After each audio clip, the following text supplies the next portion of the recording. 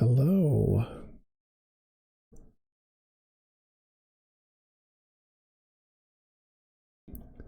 Hey, Streakers. How y'all doing tonight?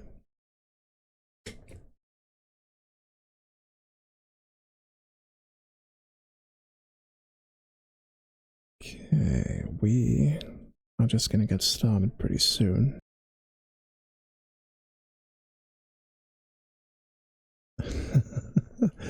Hey, Silvac. Good to see you. Always good to see you.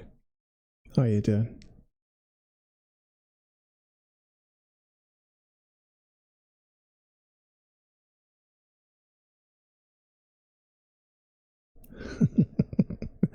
You're always so upbeat. So, don't ever lose that. The world's gonna really try and take it away from you. Don't let it. But yeah, I'm doing good. Just got a few new things for tonight. Few new tricks for the stream, so we'll see how that goes. Well, I may as well explain the first one now. So, we're going to do a fun. We're going to do a fun little game. So, what I'm going to invite viewers to do is, if you notice me trip over my words while reading, if I make a very obvious mistake, or if I swear, because I often do that when I trip over my words, I would ask people to put a 1 in the chat, and let's just test to see if this works.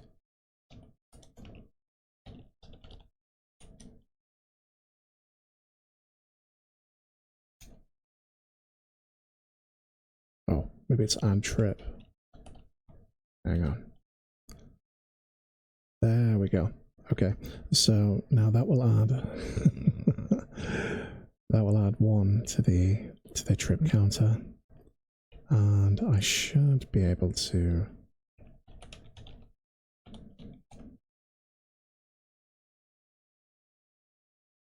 Yeah, I can.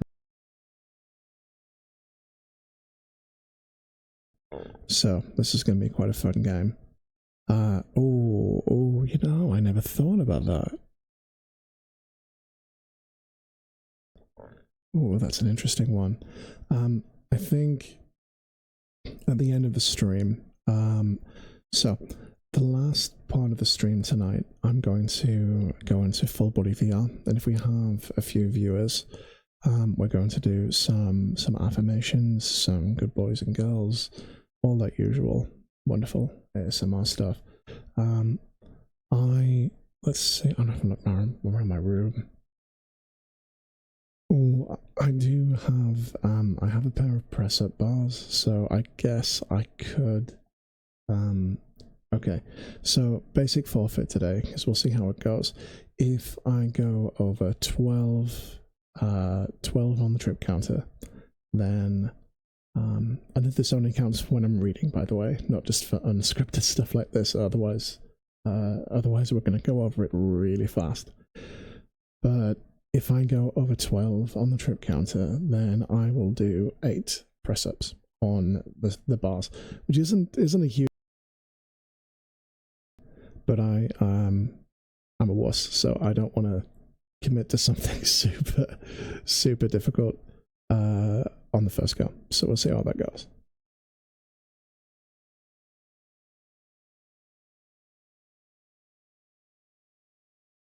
Every so often cut it out.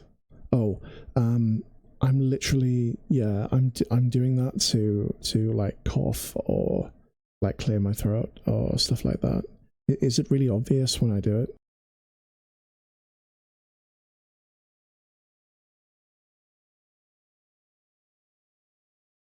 So like I just did it there.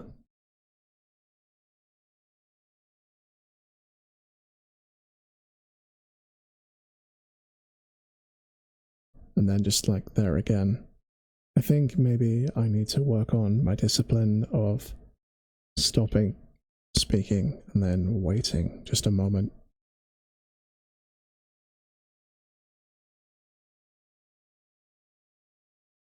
then I can speak again. I think my avatar's mouth probably moves. I think that's probably the reason why.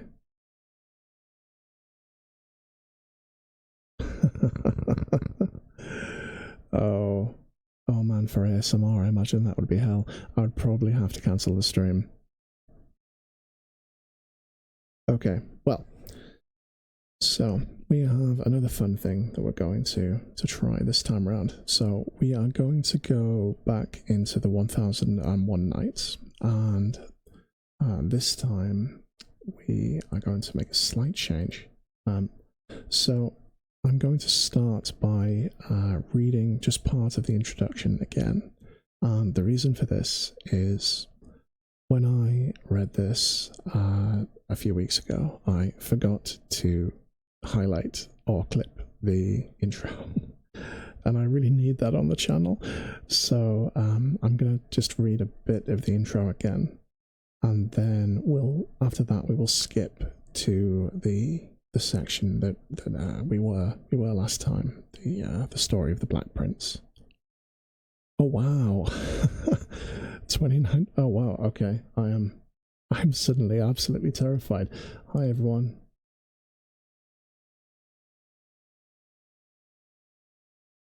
So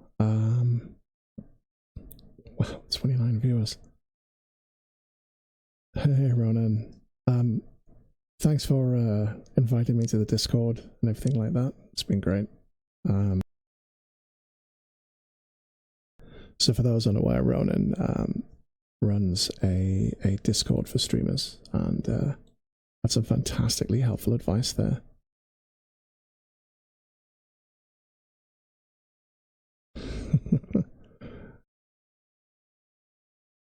Okay, so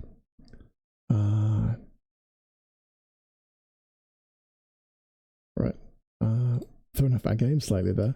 Okay, so right, what I'm going to do is I'm just going to backtrack just a little bit because obviously you guys have just joined, and I'm just going to explain again what's going on. So for those unaware, I have been doing these weekly ASMR readings, and this is going to be part of the streams that I do. So we're doing story time, and every week we will read different stories, or like ongoing kind of events.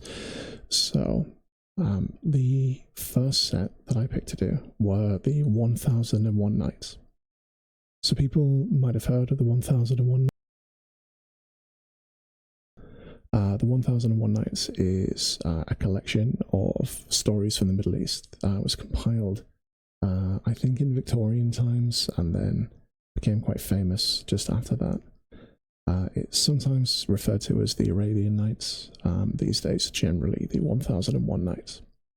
So that's what's going on. Today, what I'm going to do is I'm going to read the intro again, because there's like an introduction to the stories, and I want that for my clips and stuff. And then I will carry on from where we were before. However, the stories are broken up into lots of smaller kind of whimsical tales, so you can kind of jump in from anywhere, and I'll catch you up with bits and pieces as we go. Okay, so that should hopefully cover all of that. Right, let's shift into story mode. There's a few things I have to do here.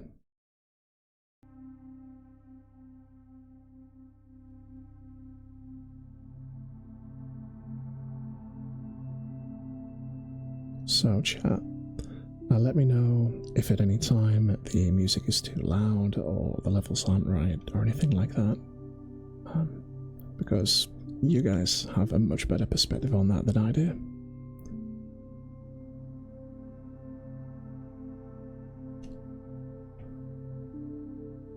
Right, let me get this on screen.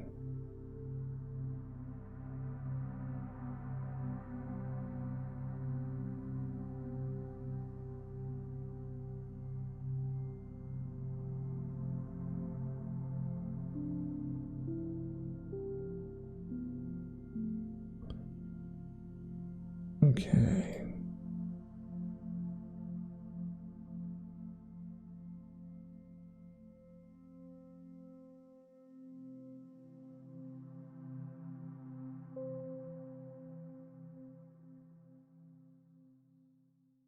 Just about.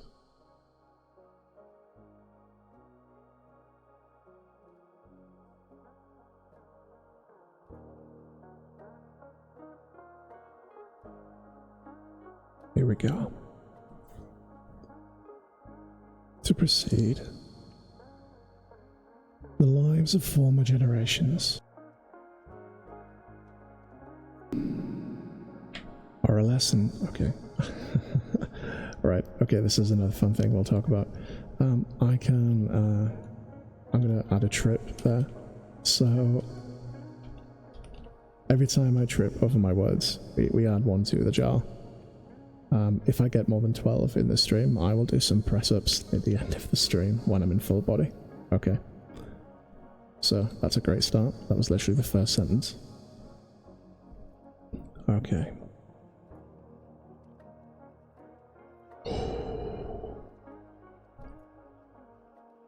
To proceed, the lives of former generations are a lesson to posterity, that a man may review the remarkable events that have happened to others and be admonished, and may consider the history of people of preceding ages, and of all that have befallen them, and be restrained.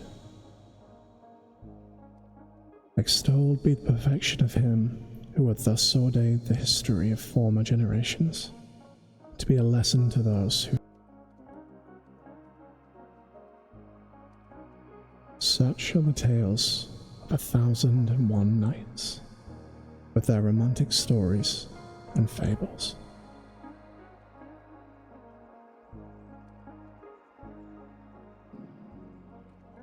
It is related, but God alone is all-knowing, as well as wise and bountiful, that there was in ancient times a king of the countries of India and China, possessing numerous troops and guards and servants and domestic dependents. And he had 2 sons, one of whom was a man of mature age, and the other a youth. Both of these princes were brave horsemen, but especially the elder, who inherited the kingdom of his father and governed his subjects with such justice that the inhabitants of his country and the whole empire loved him.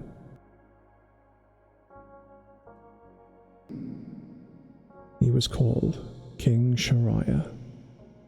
His younger brother was named Shahzaman and was king of Samarkand. The administration of their governments was conducted with rectitude, each of them ruling over his subjects with justice during a period of 20 years with the utmost enjoyment and happiness. After this period, the elder king felt a strong desire to see his brother and ordered his vizier to repair to him and bring him. Having taken the advice of the vizier on this subject, he immediately gave orders to prepare handsome presents, such as horses adorned with gold and costly jewels, memlooks and beautiful virgins and expensive stuffs. He then wrote a letter to his brother, expressive of his great desire, and, having sealed it, gave it to the vizier, together with presents above mentioned. He ordered the minister to strain his nerves and tuck up his skirts, and use all expedition in returning. The vizier answered without delay, "I hear and obey." So, I'm going to stop there just for a moment and just kind of explain. So, this is the introduction, and we're going to now move back to the part of the story that we've been at in previous streams, just the story of the Black Prince of the island. But before we move to there, for the benefit of everyone else here, I'll briefly explain what the 1001 Nights is like, and what these stories.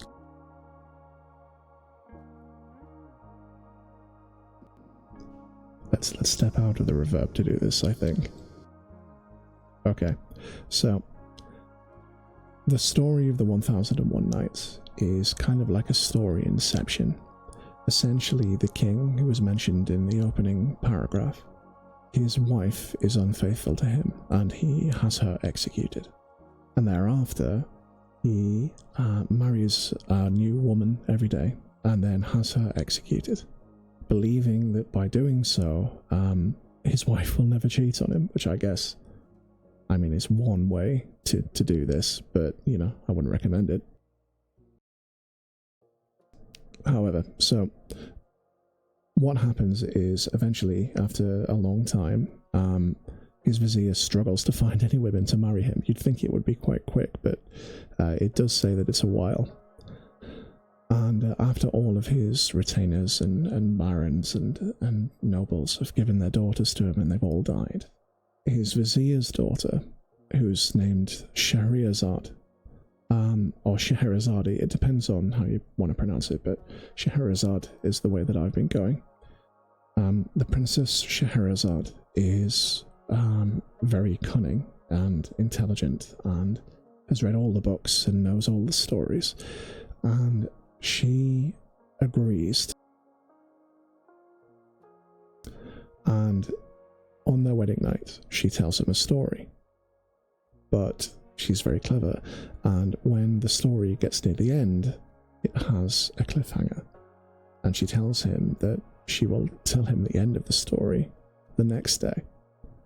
And time goes by, the day goes by, and the king doesn't have her killed. So she comes back the next evening and tells the ending of that story. But in the ending of that story is the beginning of a new story. So she tells him that story, but eventually that one ends as well. And this goes on for days and days and days, and every day Scheherazade tells him a new story. And the king entertains this because he believes that she'll run out of stories eventually, and then he'll have her.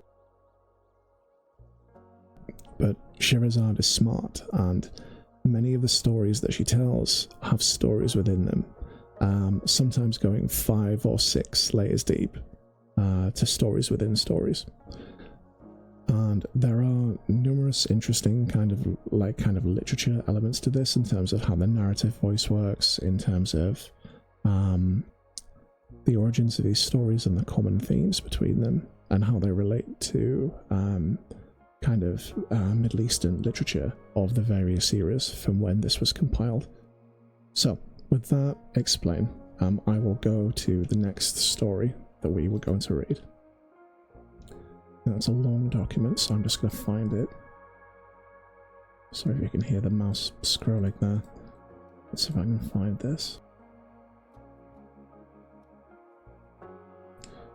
It is The Young King of the Black Islands. I'll just find the start of this here.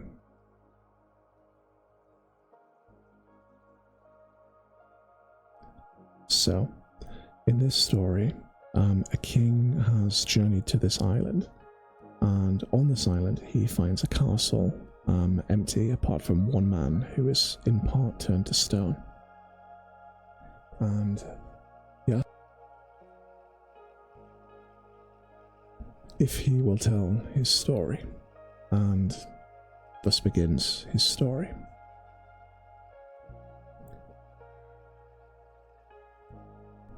What I would say also is, if anybody has any questions or want to ask me anything about the work, I had this read to me as a child, so I know some of the things that are going on in this. But yeah, just feel free to ask, and we'll do a quick aside. So let's go.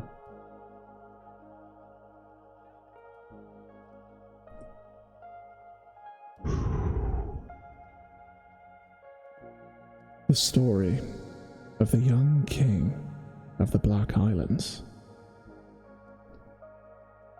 My father was king of the city which was here situate.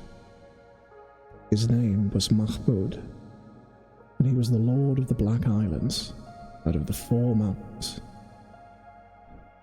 After a reign of 70 years, he died, and I succeeded his throne, whereupon I took as my wife the daughter of my uncle, and she loved me excessively, so that when I absented myself from her, she would neither eat nor drink until she saw me again.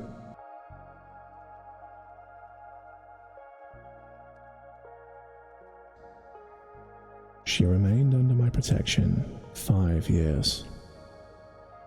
After this, she went one day to the bath, and I had commanded the cook to prepare for supper, and entered this palace and slept in my usual place.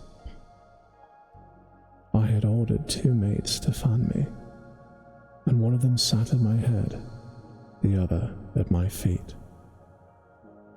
But I was restless, because my wife was not with me, and I could not sleep. My eyes were closed, but my spirit awake, and I heard the maid at my head say to her at my feet, "O Mezadeh, verily our Lord is unfortunate in his youth, and what a pity is that it should be passed with our depraved, wicked mistress." "Perdition to unfaithful wives," replied the other.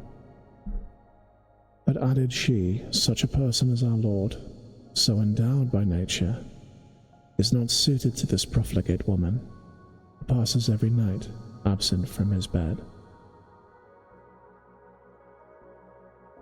Verily, rejoined she at my head, our Lord is careless in not making any inquiry respecting her. Woe to thee, said the other. Hath our Lord any knowledge of her conduct? Doth she leave him to his choice? Nay, on the contrary, she contriveth to defraud him by means of the cup of wine, which he drinketh every night before he sleepeth, putting benge into it, in consequence of which he sleepeth so soundly, that he knoweth not what happeneth, nor whither where she goeth, nor what she doeth. For, after she hath given him the wine to drink, she dresseth herself, goeth out from him, and is absent till daybreak, when she returneth to him and burneth a perfume under his nose, upon which he awakened from sleep. Hey Huskatir, good to see you. So, for people new, one thing you'll have immediately noticed, I imagine, is that the speech, the way in which it's written, is very unusual. So it can be quite tricky to read, but we'll see.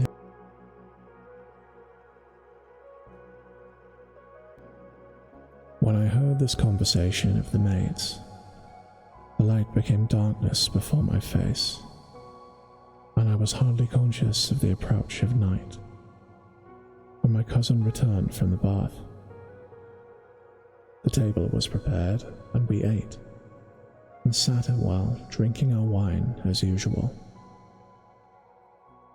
I then called for the wine which I was accustomed to drink before I lay to sleep, and she handed to me the cup, but I turned away, pretending to drink it as I was wont to do, poured it into my bosom, and immediately lay down, upon which she said, "Sleep on. I wish that thou wouldst never wake. By Allah, I abhor thee, I abhor thy person, and my soul is weary of thy company." She then arose, and attired herself in the most magnificent of her apparel, and having perfumed herself, slung on a sword, opened the door of the palace, and went out.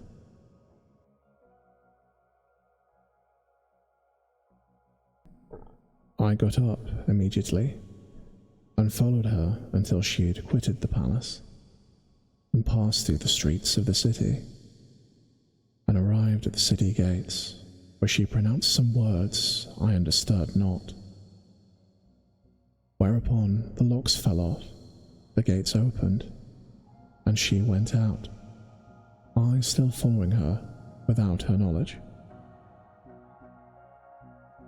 Thence she proceeded to a space among the mounds, and arrived at a strong edifice, which was a cubbe, constructed of mud with a door, which she entered. I then climbed on the roof of the cubbe, and looking down upon her through an aperture, saw that she was visiting a slave. The slave gathered up the sand from the pebbly floor while he lay, in a filthy and wet condition, upon a few stalks of sugar cane. She kissed the ground before the slave, and he raised his head towards her and said, "Woe to thee! Wherefore hast thou remained away until this hour? The others have been drinking wine, and each of them has gone with his mistress, and I refuse to drink on thy account." She answered, "O my master, beloved of my heart, knowest thou not that I am married to my cousin, and that I abhor every man who resembles him, and hate myself while I am in his company? If I did not fear to displease thee, I would reduce the city to ruins, that the owl and the raven would cry in it, and would transport its stones beyond Mount Kaf.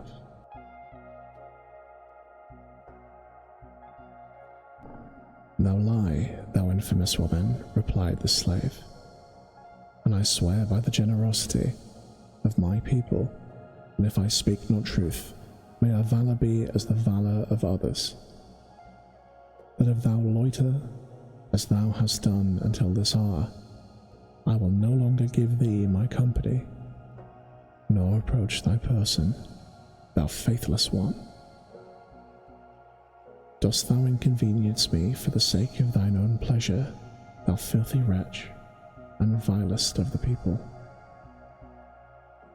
When I," continued the king, "heard their words, and witnessed what passed between them, the world became dark before my face, and I knew not where I was.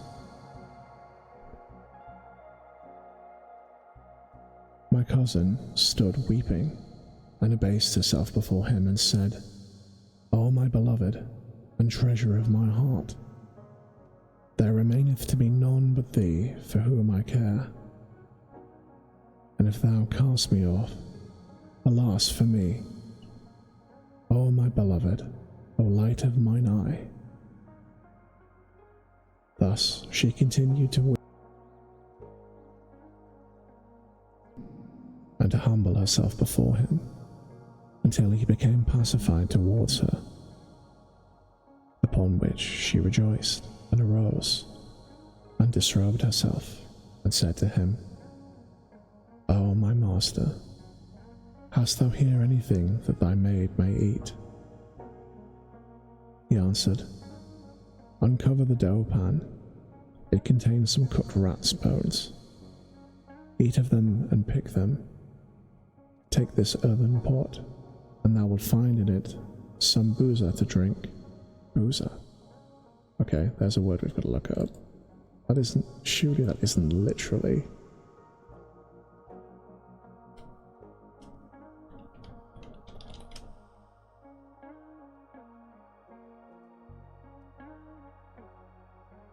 Oh wow, okay, so boozer is an Egyptian drink. It's often seen in kind of ancient Egyptian things, and it is in fact thought to be one of the origins of the word booze. I didn't.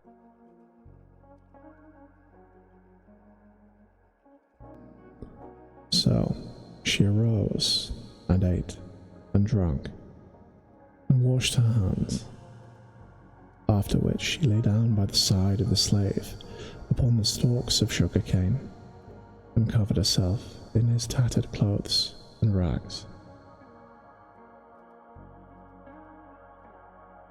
I saw her do this, I became unconscious of my existence, and, descending from the roof of the building, I entered and took the sword from the side of my cousin, with the intention of killing them both.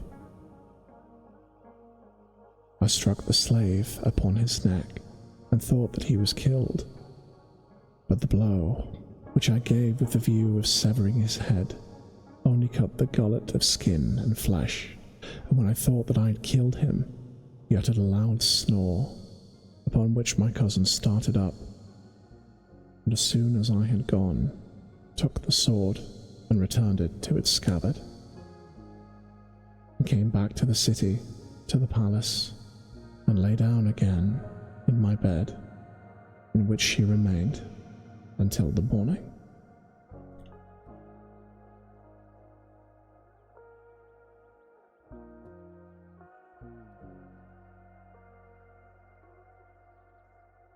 So, just as a quick thing, in case you're wondering,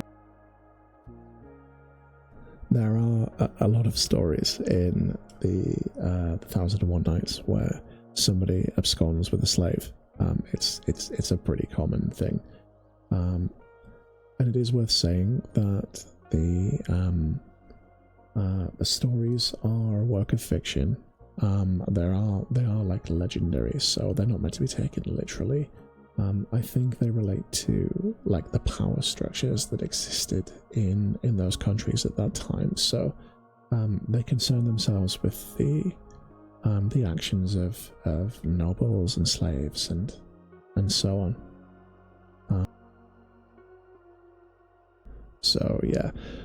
Also, I'm doing a little bit of live editing, let's call it that, because some of the words that I used to describe people of certain, let's say, ethnicities, are words that were probably seen as acceptable to the Victorians who wrote this in English, that are not acceptable for people to say today.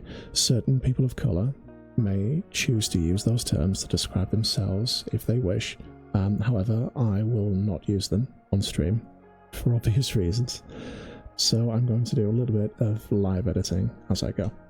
Just be aware of that. So if I pause on the description of a character, that might be... If I ever feel as though it's really relevant to who they are, then I will stop and I'll just very briefly explain that. It's usually not. It's usually just sort of saying, oh, the slave is black. Sometimes the slave is white, or the slave is one of various other terms that they use. It's not usually relevant. It's just usually a description. Okay, let's get back to it.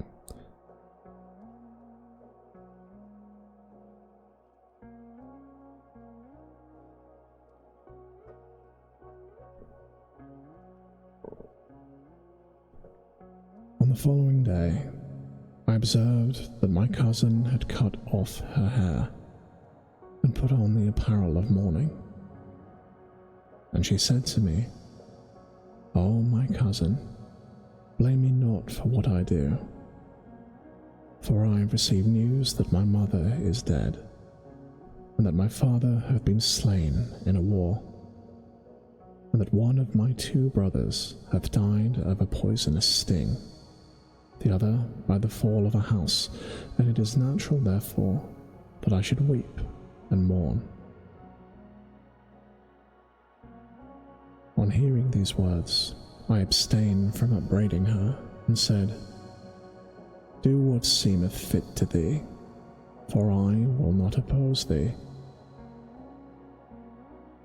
Accordingly, she continued mourning and weeping and wailing for a whole year, after which she said to me, "I have a desire to build for myself in my palace a tomb with a cubby, that I may repair thither alone to mourn, and I will call it the House of Lamentation."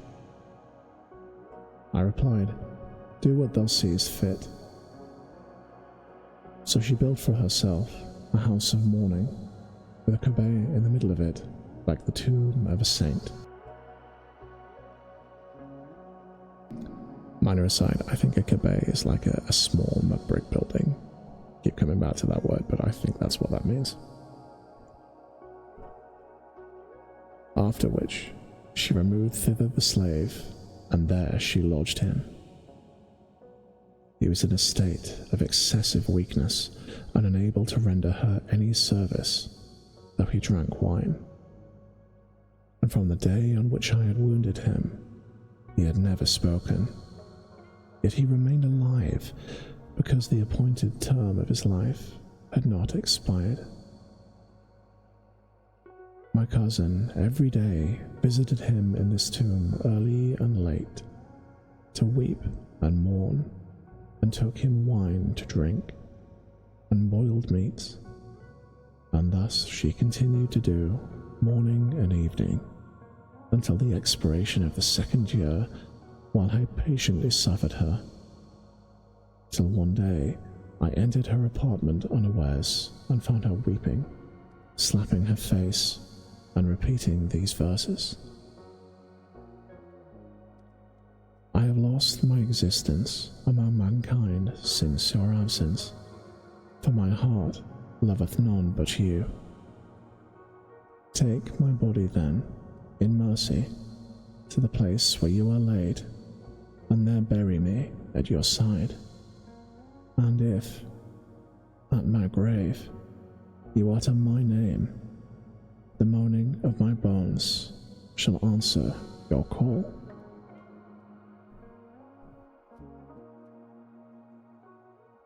As soon as she had finished the recitation of these verses, I said to her, holding my drawn sword in my hand, "This is the language of faithless women who renounce the ties of affinity and regard not lawful fellowship."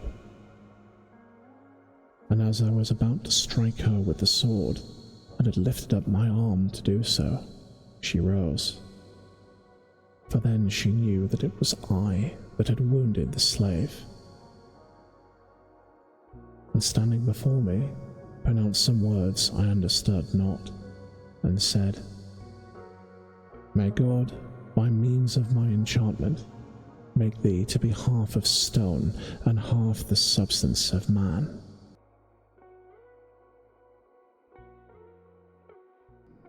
Whereupon I became as thou seest, unable to move, neither dead nor alive, and when I had been reduced to this state, she enchanted the city and its markets and fields.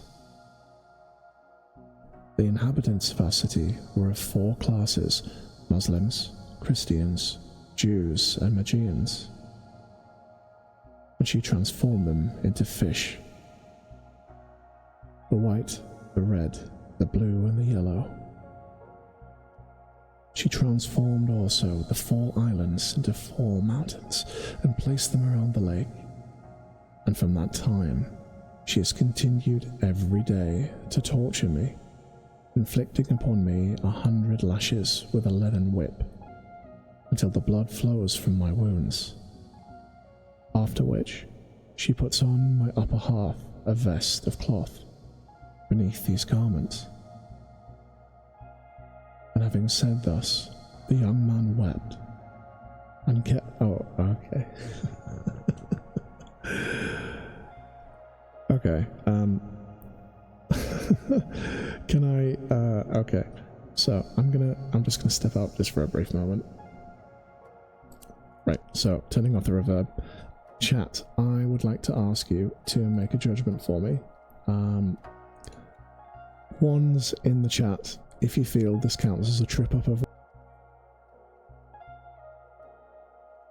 I will read you, very slowly, the sentence that follows, and I would like you to pass judgment. So ones in the chat if you feel this is a trip up, twos in the chat if you think this is acceptable to trip over. The exact sentence was, okay, after which she puts on my upper half a vest of haircloth beneath these garments, and having said thus, the young man wept, and ejaculated the following verses. Okay. So judge. One's if that's a trip up, two if you think that's acceptable. I'm such a child.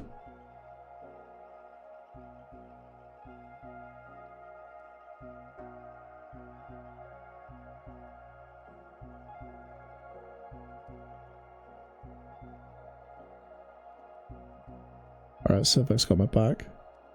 Number 2. Any advance on the 2?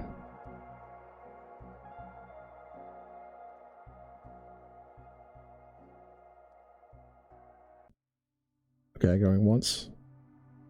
Going twice. Right, let's move on. Okay.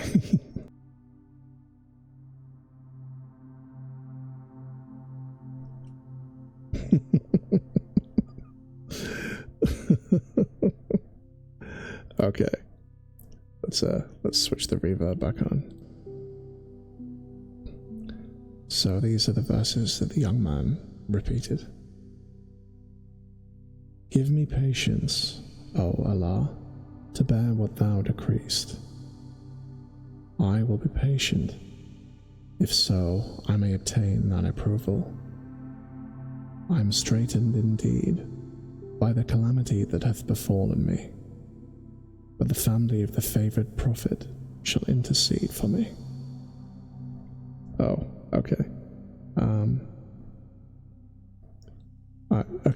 I feel I have to go back for you, Husketeer, because you don't want to miss this one. I tripped over a sentence.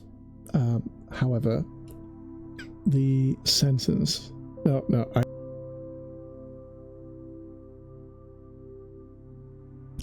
Okay, right.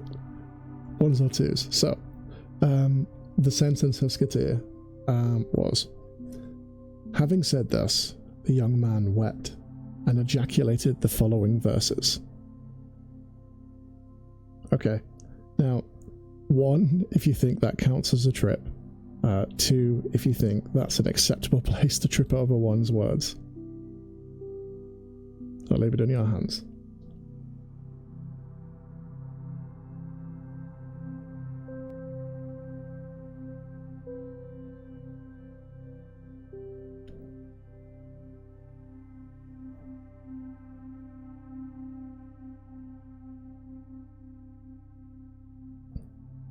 Okay, we're gonna keep moving, I think. Oh, it's a 1. Okay, right. Okay, we have 1, 2, 1, 1.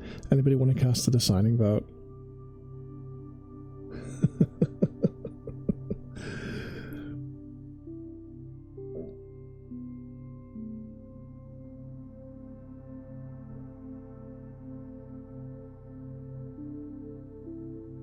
All right, you know what? Let's stick it in.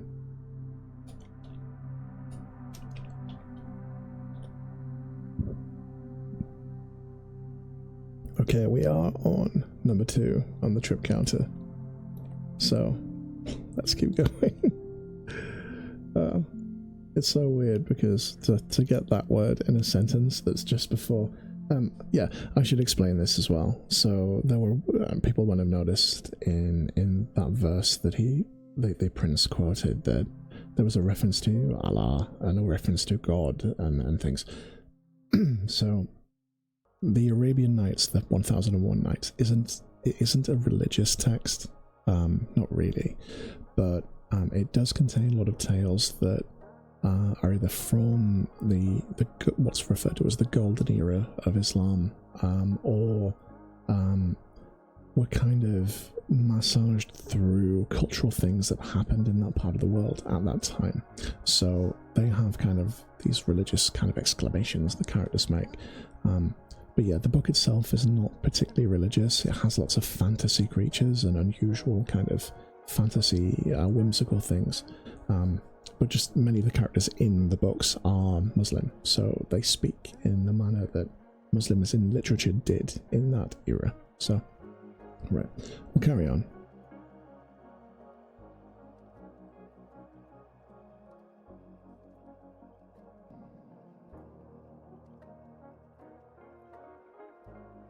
Upon this, the king, looking towards the young man, said to him, "O youth, thou hast increased my anxiety.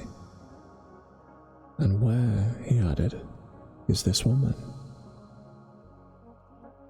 The young man answered, "She is in the tomb where the slave is lying, in the Kabe, and every day, before she visits him, she strips me of my clothing and inflicts upon me 100 lashes with the whip, while I weep and cry, unable to move so as to repulse her.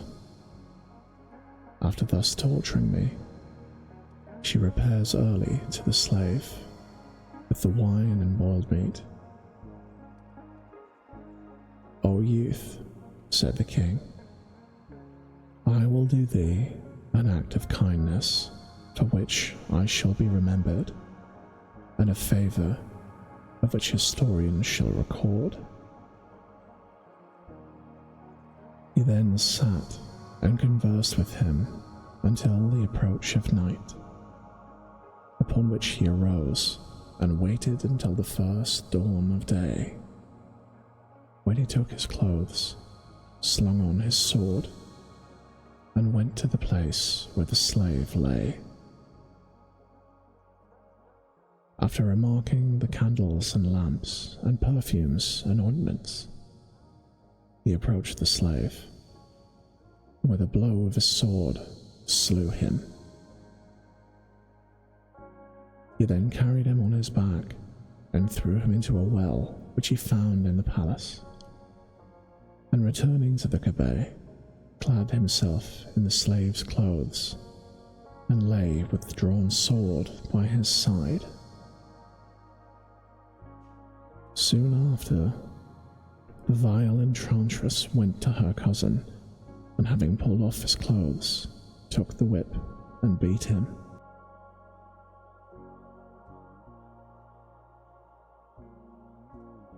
While he cried, "It is enough for me to be in this state.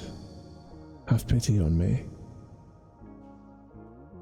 "Didst thou show pity to me," she exclaimed, "and didst thou spare my lover?"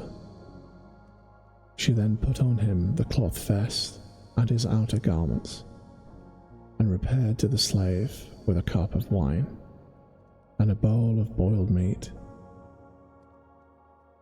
Entering the tomb, she wept and wailed, exclaiming, "O my master, answer me, speak to me," and poured forth her lamentation in the words of this verse: "How long shall this aversion and harshness continue? Sufficient is the evil that my passion hath brought upon me." Then, weeping as before, she exclaimed again, "O my master, answer me and speak to me."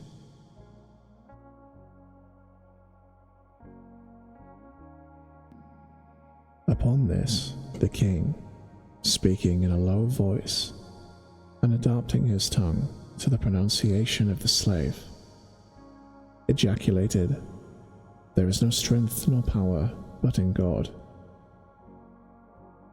On hearing these words, she screamed with joy and fell down in a swoon, and when she recovered, she exclaimed, "Is it possible my master is restored to health?" The king, again lowering his voice, as if from weakness, replied, "Thou profligate wretch, thou deservest not that I should address thee." "Wherefore?" said she. He answered, "Because all day long thou tormentest thy husband, while he calleth out and imploreth the aid of God, so that thou hast prevented my sleeping from the commencement of darkness until morning. Thy husband had not ceased to humble himself and imprecate vengeance upon thee, till he hath distracted me, and had it not been for this, I had recovered my strength. This it is which hath prevented my answering thee. Then with thy permission, she replied, I will liberate him from his present sufferings. Liberate him, said the king, and give us ease. She replied, I hear and obey. And immediately rose and went out from the cabbé to the palace, and taking a cup, filled it with water, and pronounced certain words over it, upon which it began to boil like a cauldron.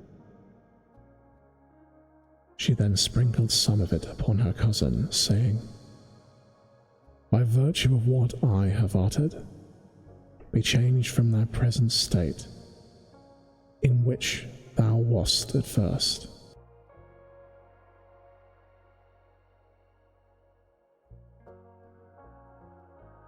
Instantly he shook and stirred upon his feet, rejoicing in his liberation, and exclaimed, I testify that there is no deity but God. Muhammad is God's apostle. Bless and save him. She then said to him, Depart and return not hither, or I will kill thee. She cried out in his face, so he departed from her, and she returned to the cabbé and said, O my master, come forth to me, that I may behold thee. He replied with a weak voice, What hast thou done?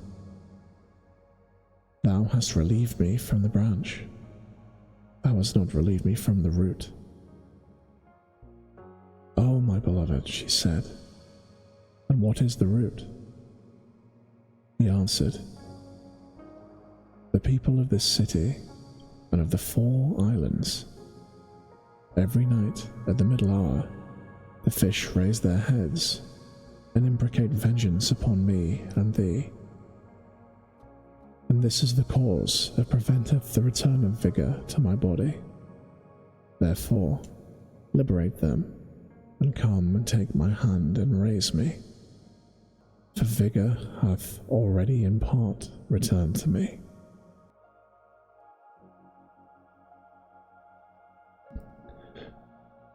So, just to step out for a brief moment, the reason why this is even going on is in the previous story, someone found these 4 fish that were these 4 different bright colours, and they found that when they tried to cook them, they turned, like a person appeared out of the ground and burned them, like it killed them.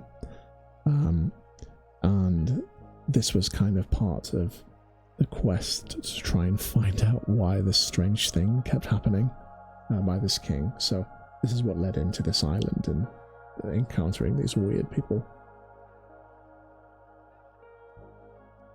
And I think, unless I'm mistaken, that this is 4 stories deep. So there's like a fisherman telling the story to a merchant who's telling the story to a sage who's telling this story to a king or something along those lines. And then of course Scheherazade is telling the story to the king, and then I'm telling the story to you. So it's a very kind of interesting thing. The funniest part of this is that the people who were here the last stream might remember, you might remember the way this works is weird, because frequently a character will be in the middle of a story and they'll say, oh, you know, this is exactly the same as that time of the genie and the stallion, and someone will say, oh, what's the story of the genie and the stallion? And then they'll go into the story of the genie and the stallion for like 26 pages. But surprisingly, during the last stream, there was a moment with a genie and a merchant. I believe there's a lot of genies, but a genie and a merchant. And the merchant says, oh, this is like the story of the king and the iron hand or something. And the genie says to him, you know, tell me, what is the story of the King and the Iron Hand? And the man actually goes, we're kind of busy right now. We probably shouldn't get into that story now because this is kind of going on. And, like, genuinely really funny, because up until that point, every time they've mentioned this, it goes a story deeper, and that's the first one where, you know, it's a total setup for the way they've done it for everyone. And, you know, while the genie's chasing this guy along the beach, and he's just like, you know, tell me the story, and he's like, no, we're busy, you're chasing me along the beach. And, like, it's strange because it feels like such a modern piece of humor, because it completely circumvents your expectation of what's going to happen. But it's really funny. So, you know, very clever. Okay, let's go back to it.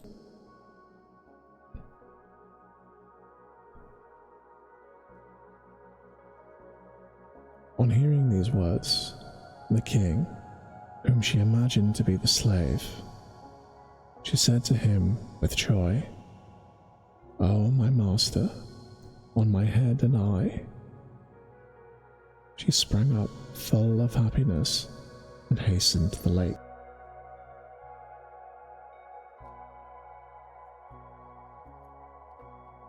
Taking a little of its water, she pronounced over it some unintelligible words, whereupon the fish became agitated and raised their heads, and immediately oh, okay, alright, wait.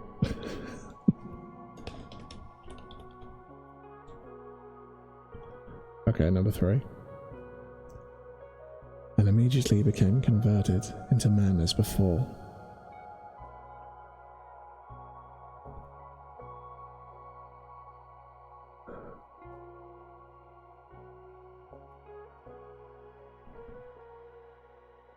I'm gonna have to do it quickly.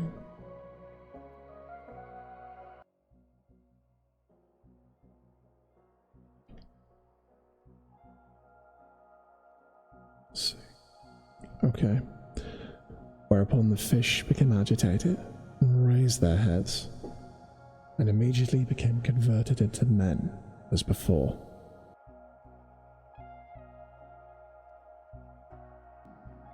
Thus was the enchantment removed from the inhabitants of the city, and the city became repeopled, the market streets re-erected, and every one returned to his occupation. The mountains became changed to islands as they were at the first. The enchantress then returned immediately to the king, whom she still imagined to be the slave, and said to him, "Oh, my beloved, stretch forth thy honoured hand, so that I may kiss it." "Approach me," said the king in a low voice. And so she drew near to him, and he, having his keen-edged sword ready in his hand, thrust it into her bosom, and the point protruded from her back. He then struck her again, clove her in twain, and went forth.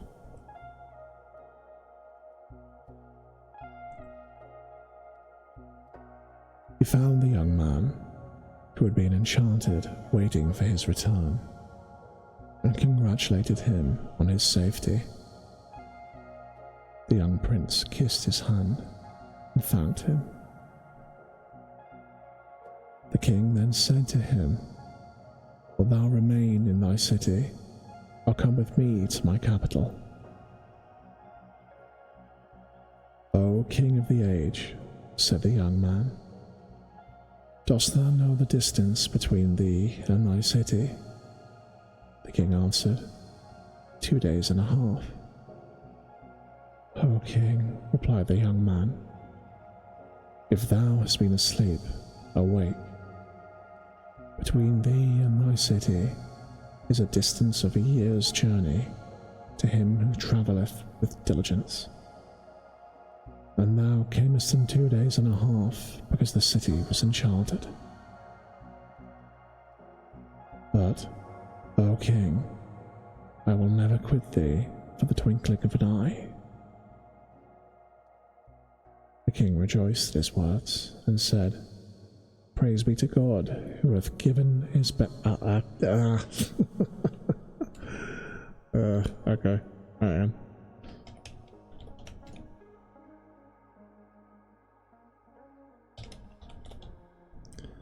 Okay, 4.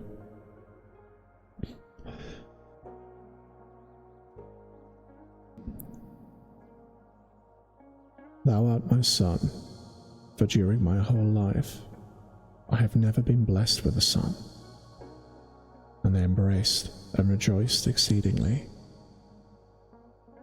They went together into the palace, where the king who had been enchanted informed the officers of his court that he was about to perform the holy pilgrimage. So they prepared for him everything he required, and he departed with the Sultan, his heart burning with reflections upon his city, because he had been deprived from the sight of it for the space of a year.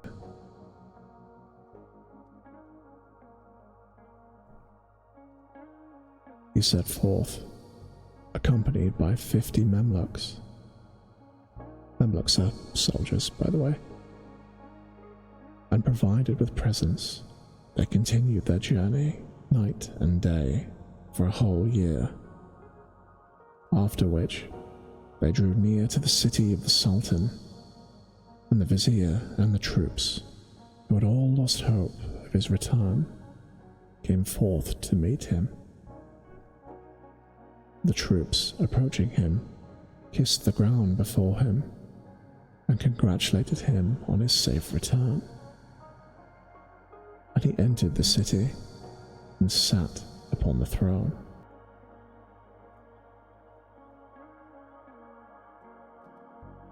He then acquainted the vizier with all that had happened to the young king, on hearing which the vizier congratulated the latter also on his safety, and when all things were restored to order, the Sultan bestowed presents on a number of his subjects, and said to the vizier, Bring to me the fisherman who presented to me the fish.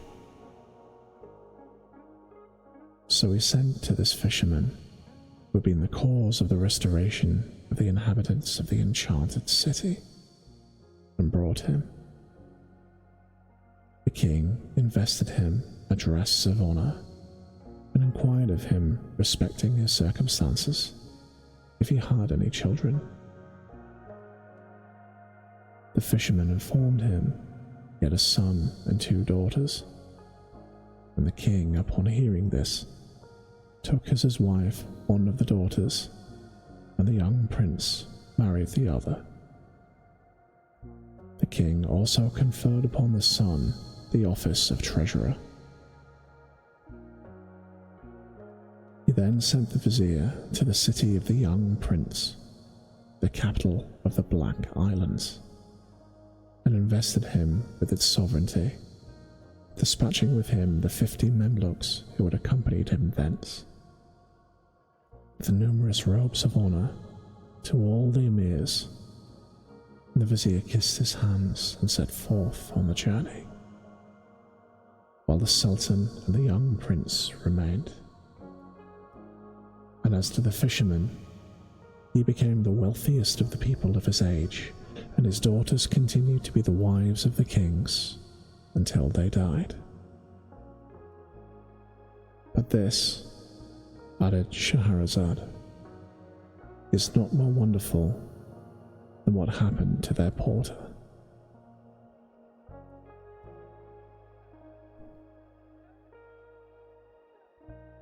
So, this ends this section, so I'm just going to skip over. What I have here is an academic text, so in between each chapter there's a dozen pages of like references and things.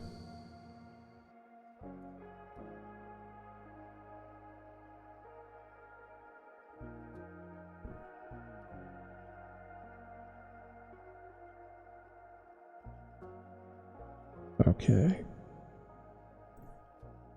Chapter 3.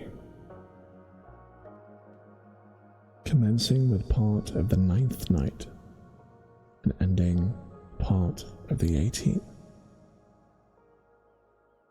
The story of the porter, the ladies of Baghdad, and the 3 royal mendicants.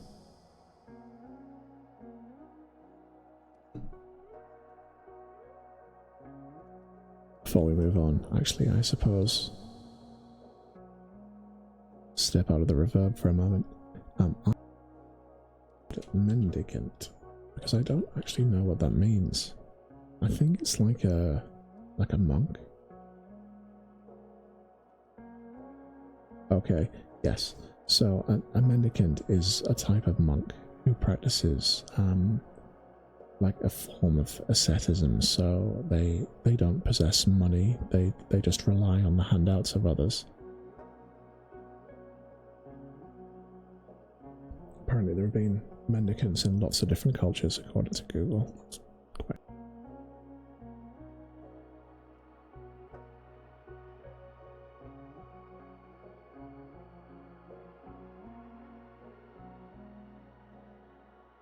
Okay.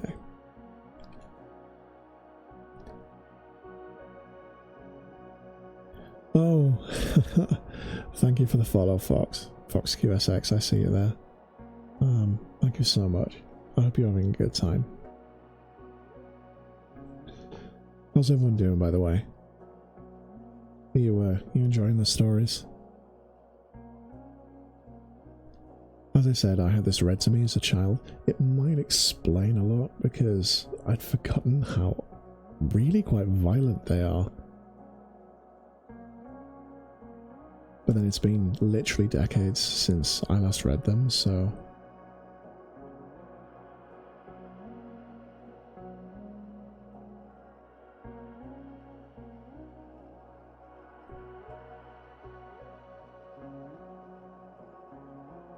yeah, we'll continue.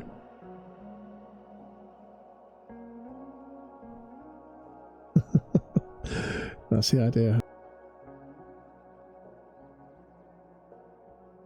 I always found ASMR to be a fantastic sleep aid. Listen to all sorts. Okay. The story of the porter, the ladies of Baghdad, and of the 3 royal mendicants. There was a man in the city of Baghdad who was unmarried, a porter, and one day, as he sat in the market, reclining against his crate, there accosted him a female wrapped in an izar of the manufacture of El Mosil, composed of gold embroidered silk, with a border of gold lace at each end, who raised her face veil and displayed beneath it a pair of black eyes, the lids bordered by long lashes, exhibiting tender expression and features of perfect beauty. And she said, with a sweet voice, "Bring thy crate and follow me." The porter had scarcely heard her words when he took up his crate, and he followed her until she stopped at the door of a house and knocked. Whereupon there came down to her a Christian, and she gave him a piece of gold, and received it for a quantity of olives and 2 large vessels of wine, which she placed in the crate, saying to the porter, "Take it up and follow me."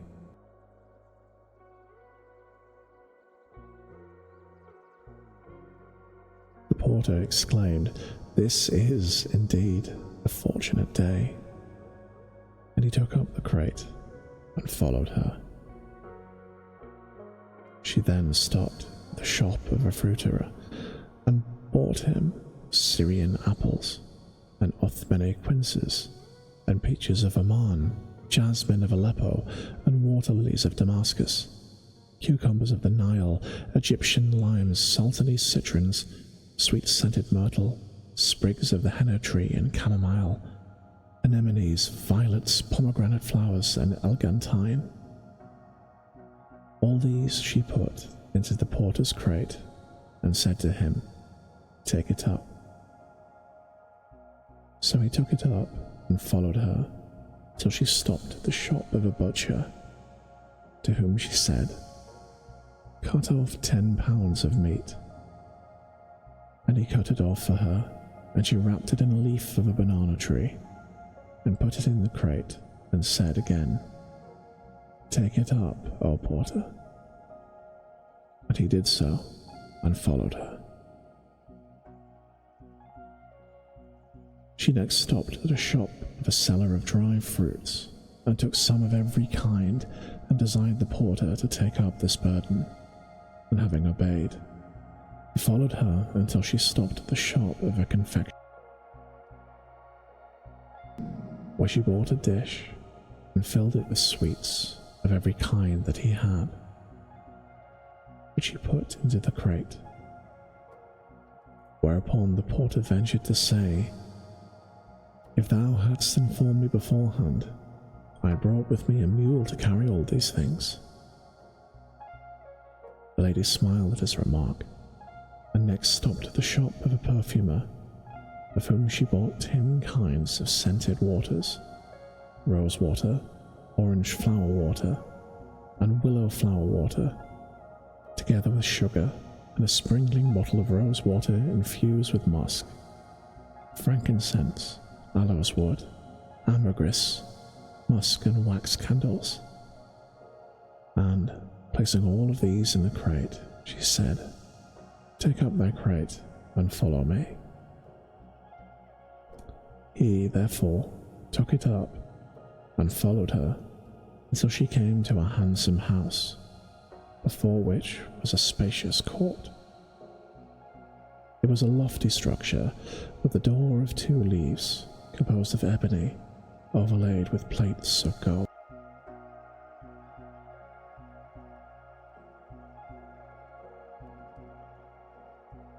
The young lady stopped at this door and knocked gently, whereupon both its leaves were opened, and the porter, looking to see who opened it, found it to be a damsel of tall stature, high-bosomed, fair and beautiful, of elegant form, a forehead like the bright new moon, eyes like a gazelle, and eyebrows like the new moon of Ramadan, cheeks resembling anemones, and a mouth like the seal of Suleiman. Her countenance was like the full moon in its splendor, and the forms of her bosom resembled 2 pomegranates of equal size. Can I just get some recognition that I got through that without tripping over? Okay, so when the porter beheld her, she captivated his reason. Yeah, I can understand she sounds like an absolute smoke show, but okay. The crate nearly fell from his head, and he exclaimed, "Never in my life have I seen a more fortunate day than this." The lady portress, standing within the door, said to the cateress and the porter, "Ye are welcome." And they entered, and proceeded to a spacious saloon, decorated with various colors, beautifully constructed, with carved woodwork, and fountains and benches of different kinds, closets with curtains hanging before them. And there was also in it, at the upper end, a couch of alabaster, inlaid with pearls and jewels, with a mosquito curtain of red satin suspended over it. And within this was a young lady, with eyes possessing the enchantment,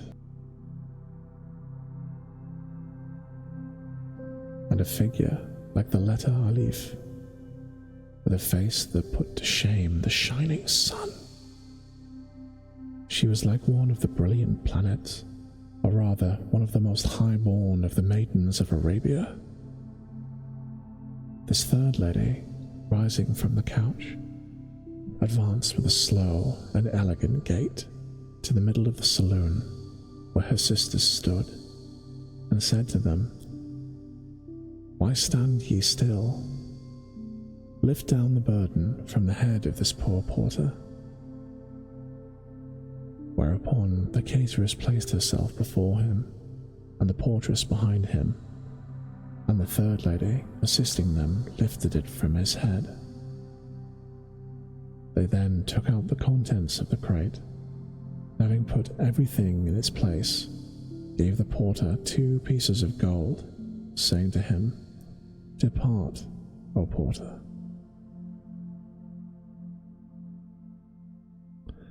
So I'm going to pause this for a brief moment, because there was a phrase there that I thought was very interesting. When it said the enchantment of Babil, but it said that she had a figure like the letter Alif. What is the letter Alif? Let's see.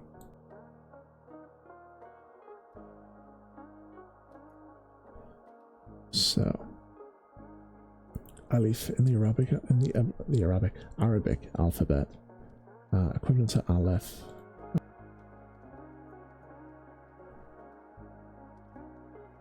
What does this look like?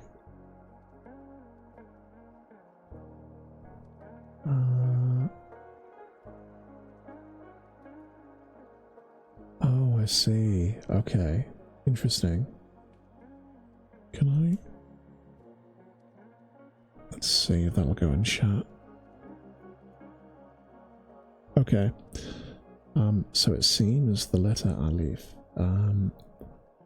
in Unicode or in ASCII is quite unremarkable. It's almost like a slightly angled vertical line. So I think saying that she has a figure like the letter Alif means that she's like tall and slender, because it described the previous woman as I think the best way I'd put it is quite buxom.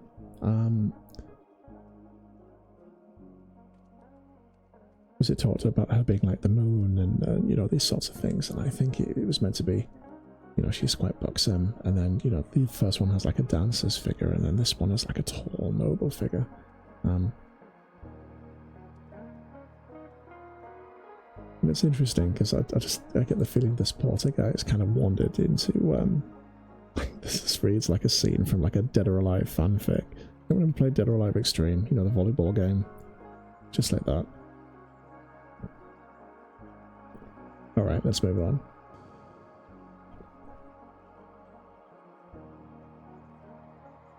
The porter, however, stood looking at the ladies, admiring their beauty and their agreeable dispositions, for he had never seen any more handsome. When he observed that they had not a man among them, and gazed upon the wine and fruits and sweet-scented flowers which were there, he was full of astonishment, and hesitated to go out. Upon which one of the ladies said to him, "Why dost thou not go? Dost thou deem my hire too little?" Then, turning to one of her sisters, she said, "Give him another piece of gold." "Oh, my mistress," exclaimed the porter, "my hire is but 2 half dirhams, and I thought not what ye have given me too little, but my heart and mind were occupied with reflections upon you and your state, ye being alone, with no man among you, not to amuse you with his company. For ye know that the menace standeth not firmly but on 4 walls, and ye have not a 4th. And the pleasure of women is not complete without men." Okay, so this is an old story, of course. "But ye are 3 only, and have need of a 4th, a person of sense, discreet, acute, and a concealer of secrets." We are maidens, they replied, in fear to impart our secret to him who will not keep it. For we have read in a certain history this verse: guard thy secret from another, entrust it not, for he who entrusteth a secret hath lost it. By your existence, said the porter, I am a man of sense and trustworthy. I have read various books and perused histories. I make known what is fair, conceal what is foul, and act in accordance with the saying of a poet. None keepeth a secret but a faithful person. For the best of mankind it remaineth concealed. A secret is with me as in a house with a lock, whose key is lost and whose door is sealed.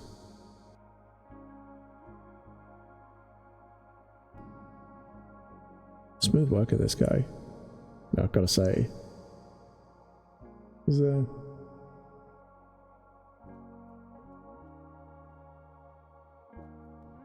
Okay.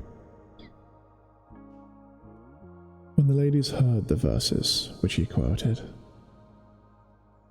Yeah, that's good to see, that's what I'm talking about. Okay. When the ladies heard the verses which he quoted, and the words with which he addressed them, they said to him, Thou knowest that we have expended here a considerable sum of money.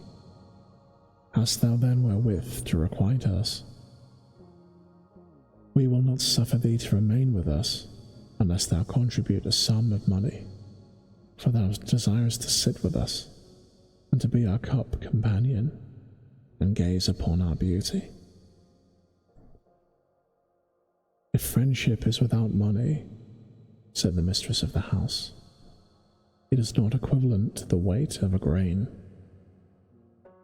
And the portress added, If thou hast nothing, depart with nothing. But the cateress said, O sister, let us suffer him, for verily he hath not been deficient in his services for us this day. Another had not been patient with us. Whatever, therefore, falls to his share of the expense, I will defray for him.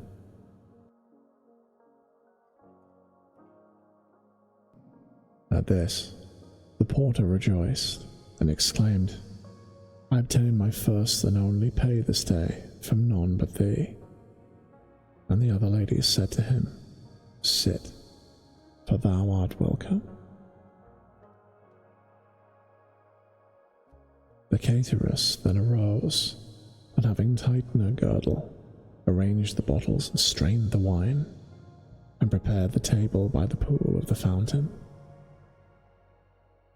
She made ready all that they required, brought the wine, and sat down with her sisters, the porter also sitting with them, thinking he was in a dream. When they had seated themselves, the cateress took a jar of wine and filled the first cup and drank it. She then filled another and handed it to one of her sisters, and in like manner she did this to her other sister, after which she filled again, handed the cup to the porter, who, having taken from it,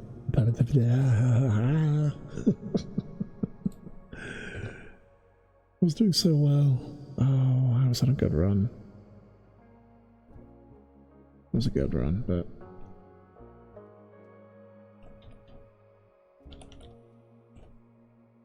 Five.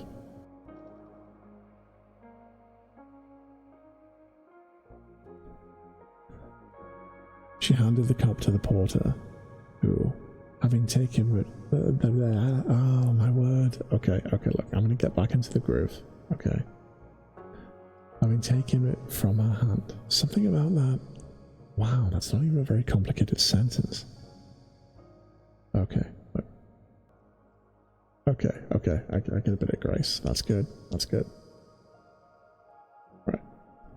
And handed the cup to the porter, who, having taken it from her hand, repeated this verse: I will drink the wine and enjoy health, for, verily, this beverage is a remedy for disease.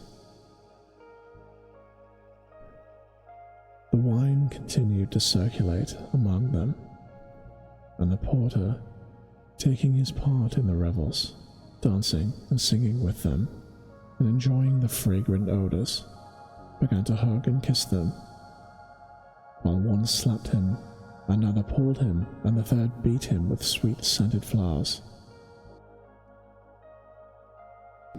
until, at length, the wine made sport with their reason, and they threw off all restraint, indulging their merriment with as much freedom as if no man had been present. Thus they continued until the approach of night, when they said to the porter, Depart, and show us the breadth of thy shoulders. But he replied, Verily the departure of my soul from my body were more easy for me than my departure from your company. Therefore suffer us to join the night to the day, and then each of us shall return to his own or her own affairs. The cateress also again interceded for him, saying, By my life I conjure that ye suffer him to pass the night with us, that we may laugh at his drolleries, for he is a witty rogue. So they said to him, Thou shalt pass the night with us on this condition, that thou submit to our authority, and not ask an explanation of anything thou shalt see.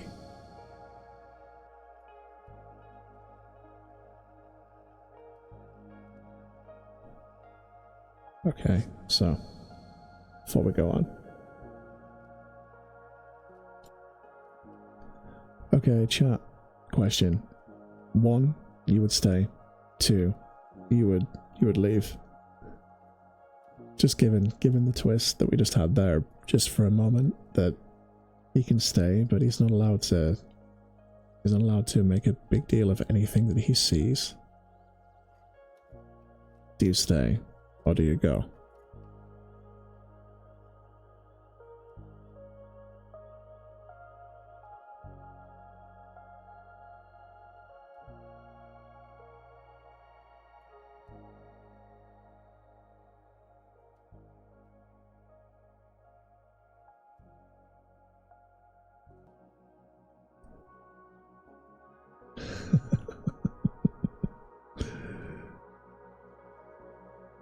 Okay, right, let's see what he does.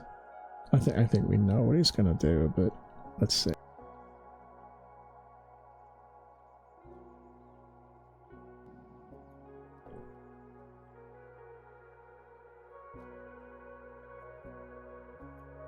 He replied, Good.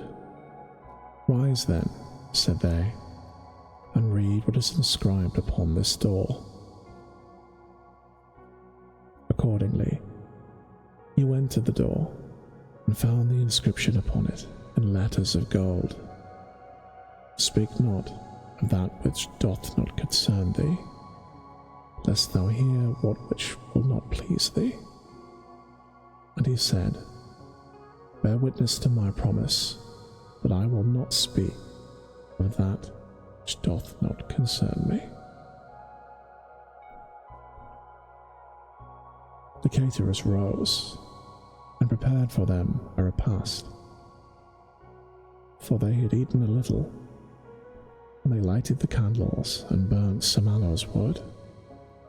This done, they sat again to the table, and while they were eating and drinking, they heard a knocking at the door, whereupon, without causing any interruptions of their meal, one of them went to the door, and on return said, Our pleasure this night is now complete, for I have found at the door 3 foreigners with shaven chins, each of them blind in the left eye, an extraordinary coincidence.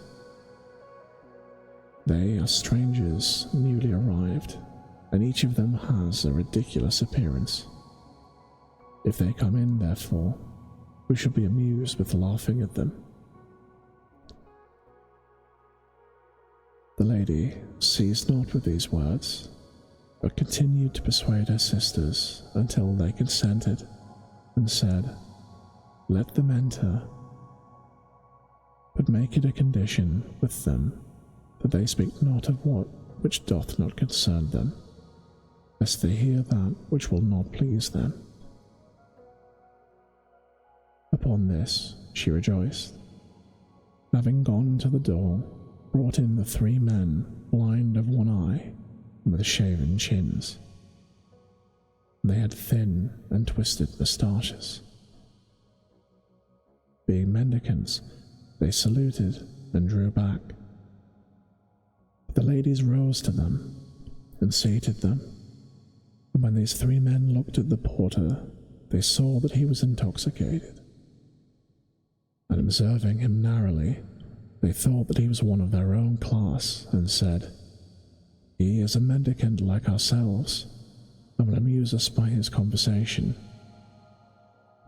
But the porter, hearing what they had said, arose and rolled his eyes and exclaimed to them, "Sit quiet and abstain from impertinent remarks. Have ye not read the inscription upon the door?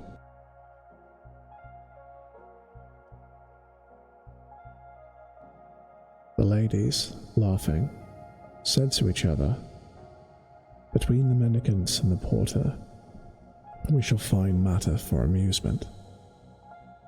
They then placed before the former some food, and they ate and sat to drink. The portress handed to them wine, and as the cup was circulating among them, the porter said, "Brothers, have ye..."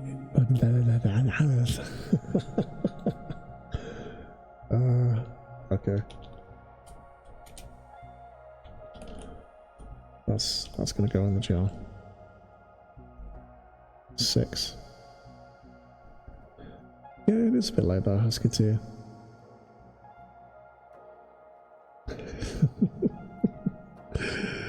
Okay. Right. Brothers, have ye any tale or strange anecdote wherewith to amuse? The mendicants, heated by wine, asked for musical instruments, and the portress brought them a tambourine of the manufacture of El Mosil, and a lute of El Iraq, and a Persian harp. Whereupon they all arose, and one took the tambourine, another the lute, and third the harp. They played upon these instruments, the ladies accompanying them with loud songs. And while they were thus diverting themselves, a person knocked at the door.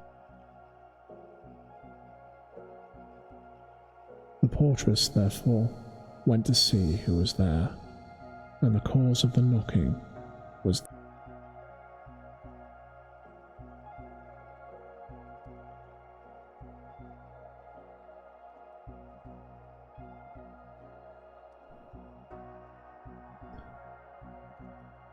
the Caliph Harun al-Rashid had gone forth on this night to see and hear the news he could collect, accompanied by Jafar, his vizier, and Mesrour, his executioner.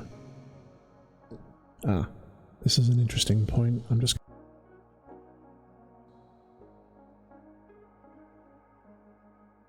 So, the observant will notice that this man's vizier is called Jafar, and this isn't a coincidence. This is literally where the Disney character comes from. Now, obviously, a lot of the stories and things that relate to Aladdin and the associated tales come from the 1001 Nights, but the Aladdin and the Lamp story in practice is actually quite thin.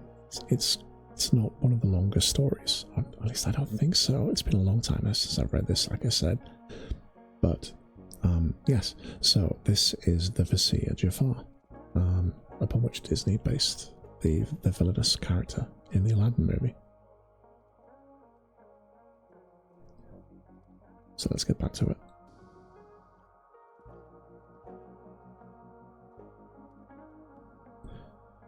It was custom to disguise himself in the attire of a merchant, and this night, as he went through the city, he happened to pass with his attendants by the house of these ladies, and hearing the sounds of music, he said to Jafar, "I have a desire to enter this house, and to see who is giving a concert." "They are a party who have become intoxicated," replied Jafar, "and I fear that we may experience some ill usage from them." But the Caliph said, "I must enter, and I would that thou devise some stratagem by which we may obtain admission to the inmates." Jafar therefore answered, "I hear and obey." He advanced and knocked at the door, and when the portress came and opened the door, he said to her, "My mistress, we are merchants from Tabarieh, and we have been in Baghdad 10 days. We have brought with us merchandise and taken lodges in a khan. And a merchant invited us to an entertainment this night. Accordingly, we went to his house, and he placed food before us, and we ate, and sat while drinking together, after which he gave us leave to depart. And going out in the dark, being strangers, we missed our way to the khan. We trust, therefore, in your generosity, that you will admit us to pass the night in your house, by doing which you will obtain rewards in heaven." The portress, looking at them, observing that they were in the garb of merchants, and that they bore an appearance of respectability, returned and consulted her two companions, and they said to her, "Admit them." So she returned and opened to them the door. They said to her, "Shall we enter with thy permission?" She answered, "Come in." The Caliph therefore entered with Jafar and Mesrour, and when the ladies saw them, they rose to them and served them, saying, "Welcome are our guests, but we have a condition to impose upon you, that ye speak not of what which doth not concern you, lest ye hear that which will not please you."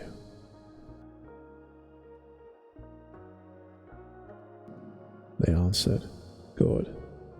And when they had sat down to drink, the Caliph looked at the three mendicants, and was surprised at observing that each of them was blind in the left eye.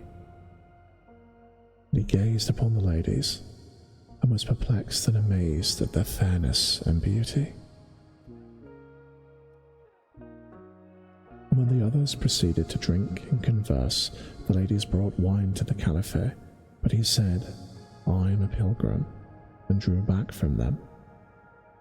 Whereupon the portress spread before him an embroidered cloth, and placed upon it a china bottle, into which she poured some willow flower water, adding to it a lump of ice, and sweetening it with sugar.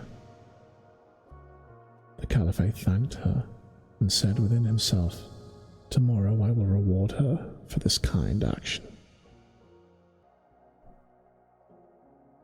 The party continued their carousal, and when the wine effect took upon them, the mistress of the house arose and waited upon them, and afterwards, taking the hand of the caterer, said, "Arise, O my sister, that we may fulfill our debt." The portress then rose, and after she had cleared the middle of the saloon, placed the mendicants at the further end beyond the doors. After which, the ladies called to the porter, saying, "How slight is thy friendship, Thou art not a stranger, but one of the family. The porter arose and girded himself and said, What would ye? To which one of the ladies answered, Stand where thou art. And presently the cateress said to him, Assist me.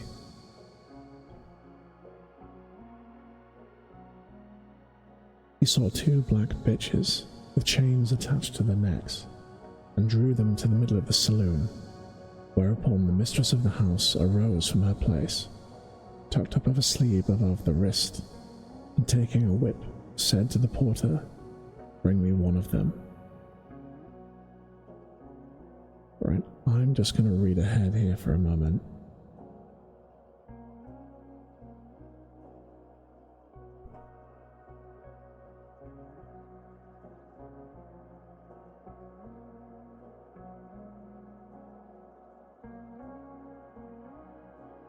Okay.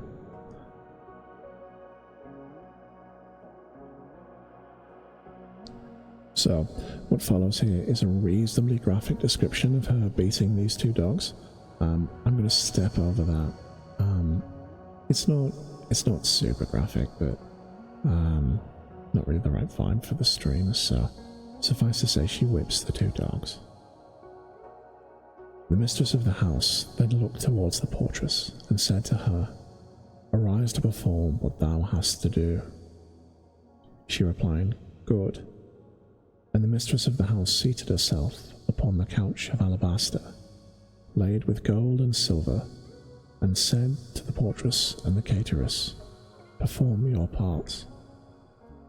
The portress then seated herself upon a couch by her, and the cateress, having entered the closet, brought out from it a bag of satin with green fringes, and placed herself before the lady of the house, and shook it, and took out from it a lute. She tuned its strings, and sang to it these verses. Restore to my eyelids the sleep which hath been ravished, and inform me of my reason, whither it hath fled. I discovered, when I took up my abode with love, that slumber had become an enemy to my eyes. They said, We saw thee to be one of the upright. What then hath seduced thee? I answered, Seek the cause from his glance. Verily I excuse him for the shedding of my blood, admitting that I urged him to the deed by vexation. He cast his sun-like image upon the mirror of my mind, and its reflection kindled a flame in my vitals.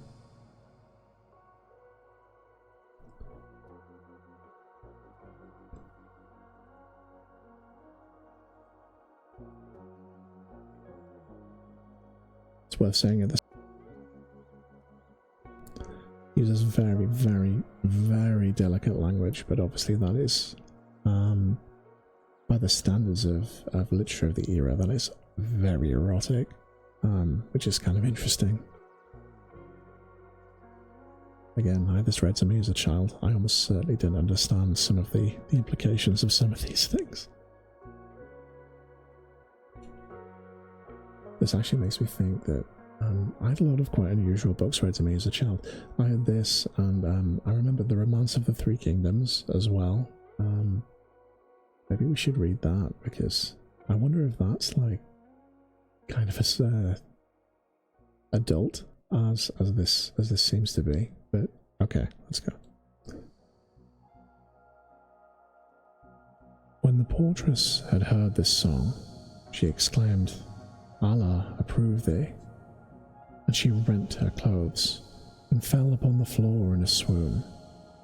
Her bosom was thus uncovered, and the Caliphate saw upon her marks of beating, as if from the mikras and whips, at which he was greatly surprised.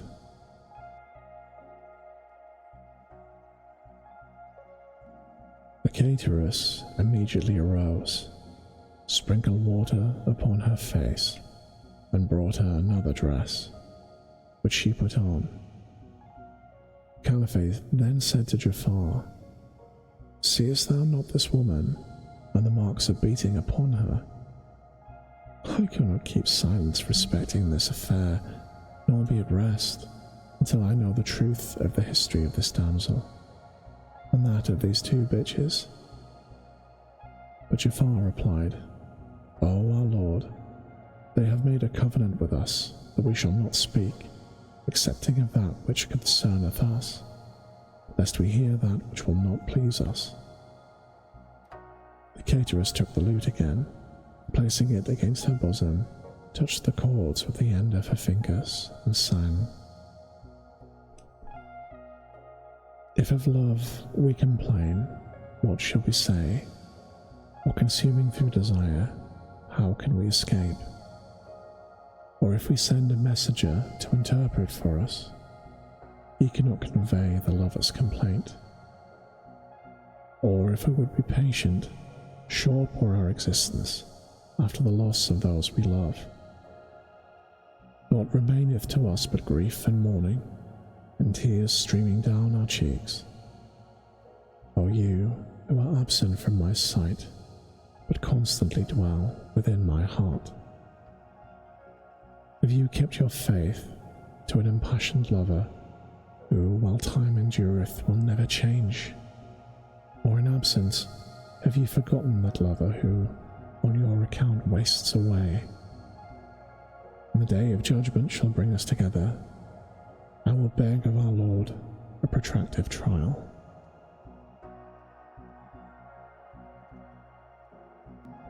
Upon hearing these verses of the cateress, the portress again rent her clothes and cried out and fell upon the floor in a swoon.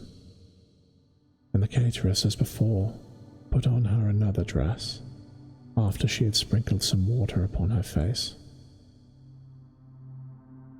The mendicants, when they witnessed this scene, said, "Would that we had never entered this house, but rather passed the night upon the mounds. For our night hath been rendered foul by an event that breaketh the back." The Caliphate, looking towards them, said, "Wherefore is it so with you?" They answered, "Our hearts are troubled by this occurrence." "Are ye not," he asked, "of this house?"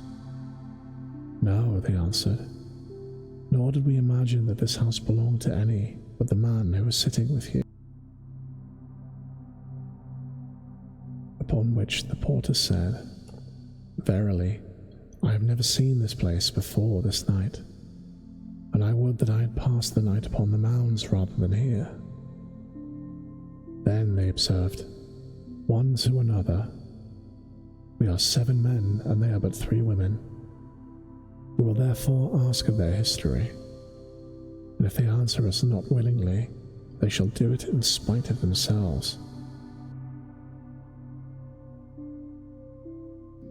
They all agreed to this, except Jafar, who said, "This is not right. Leave them to themselves, for we are guests, and they made a covenant with us which we should fulfill. There remaineth little of the night, and each of us shall go soon on his way." Then, winking to the Caliphate, he said, "There remaineth but an hour, and tomorrow we will bring them before thee, and thou shalt ask them their story." But the Caliphate refused to do so, and said, "I have not the patience to wait so long for their history." Words followed words, and at last they said, "Who shall put the question to them?" And one answered, "The porter." Okay.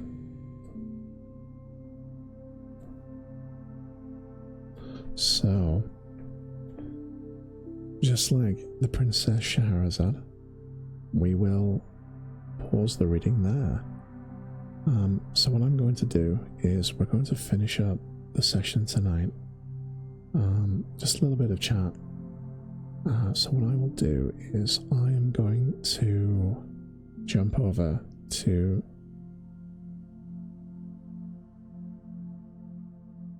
just get the island going, and I will be right back. So 5 minutes tops. See you in a moment.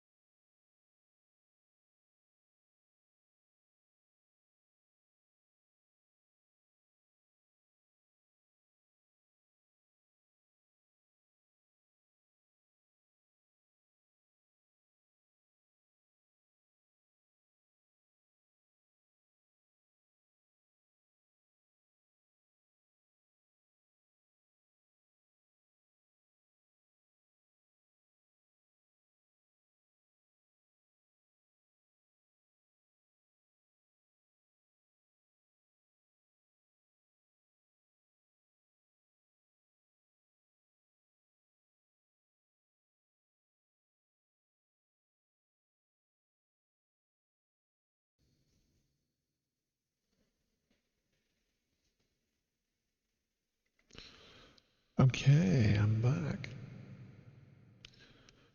Let's see. Oh, well, that's not right.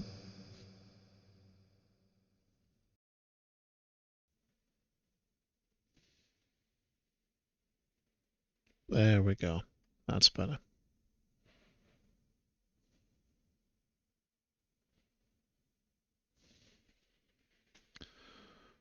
Okay.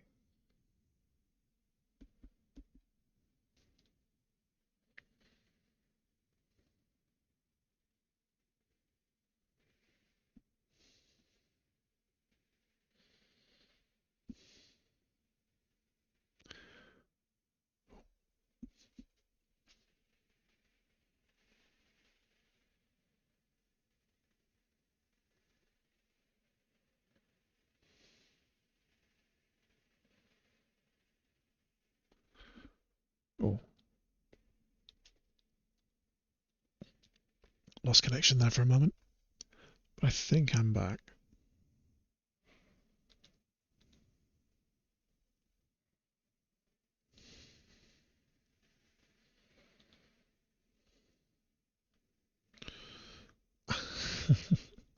Hang on. Let me just turn the camera around.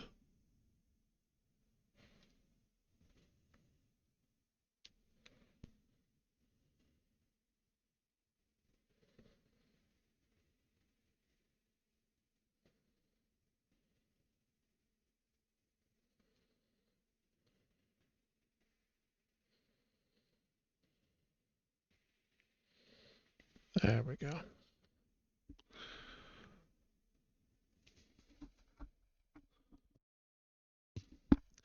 There we go. That's better.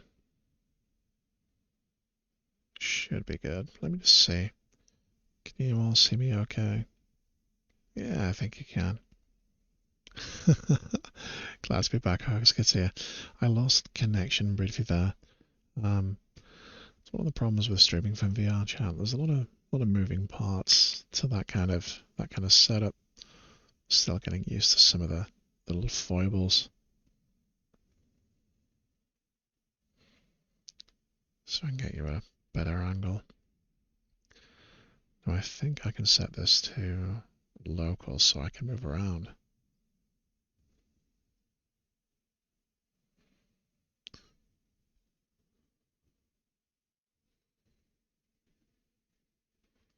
I should be able to move.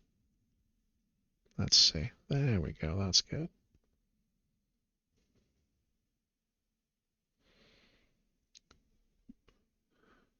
There you are. Okay. So, what do people think of tonight's chapters of the Arabian Nights, or the 1001 Nights?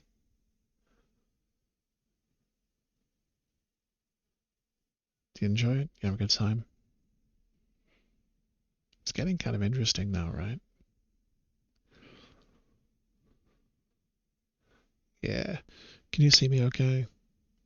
Yep. Okay, there we go. Yeah, I think I'm still getting used to the chat delay on Twitch, so obviously um yeah, I'm a little bit ahead of where you are. It's kind of interesting.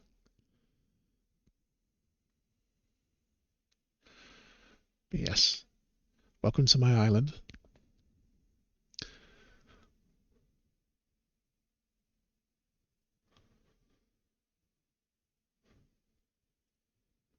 That's good, Silver. Yeah, like I said, they're stories that are very old, so they have a long and kind of storied history, and that's what's kind of always interested me about them.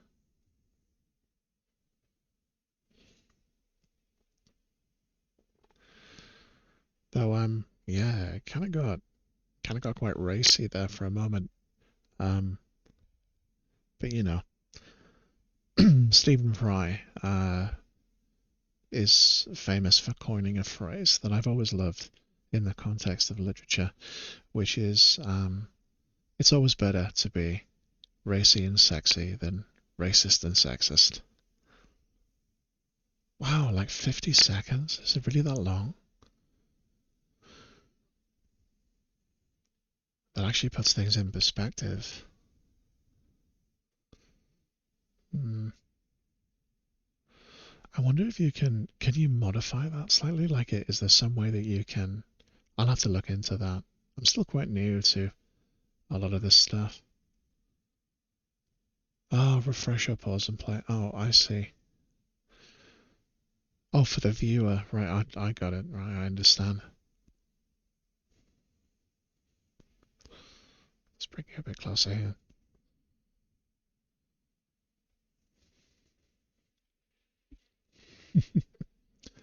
Okay, so you didn't get my me suffering with the press ups, Selvek. However, I might do one or two just because I'm curious. I don't know. I'm interested to see how well the tracking will deal with that. So um, I, let, let let's do like let's do two or three just to see if it works. Right, I'm gonna move this back a bit. See my whole body. Um, right. Okay. Now, so this is gonna be interesting. Where am I? So IRL, I have some press up bars. It's down here. This definitely strikes me as something that you should not be doing in VR. But whatever. Oh, I need to calibrate. 1 second. Just T-pose for dominance. Okay, now I can move my feet.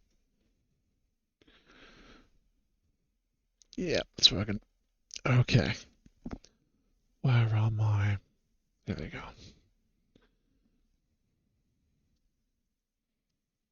Okay.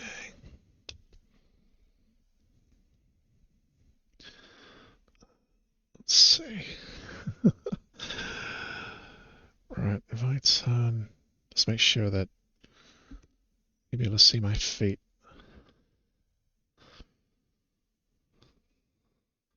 Because otherwise, what's the point?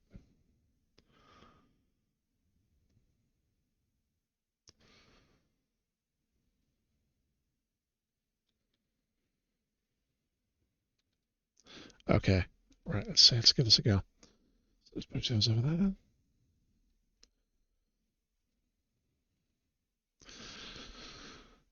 Okay. Yeah, I don't think...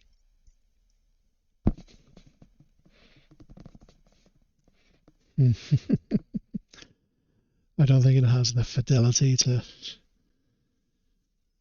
track my legs that closely.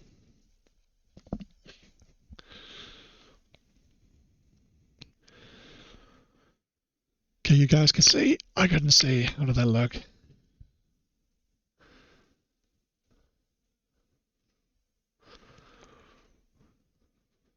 Did it look anything like a press up? I don't know if it will have.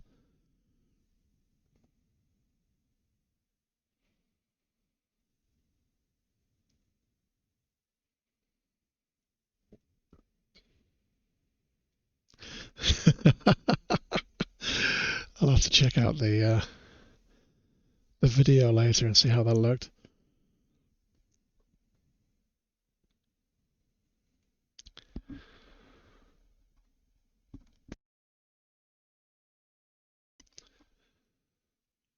Well, the oh yeah, yeah. This is one of the nicer things about this avatar, right?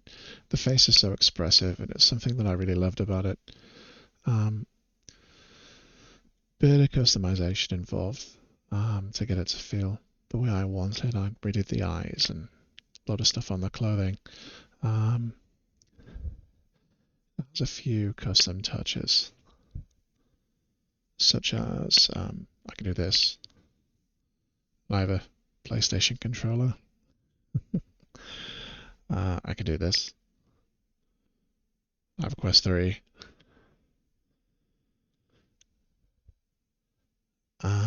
the watch tells the actual time. That's a pretty cool little prefab. Um, Finally, so the gold on the body. So this might not be so obvious when you just see it from a distance, but um, so the gold has a unique shader effect, and if I do this,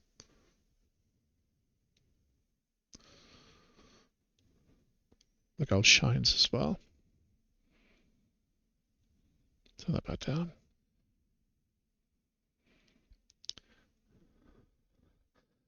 And then finally, there is a law-related thing, which I'll just show you for a brief moment.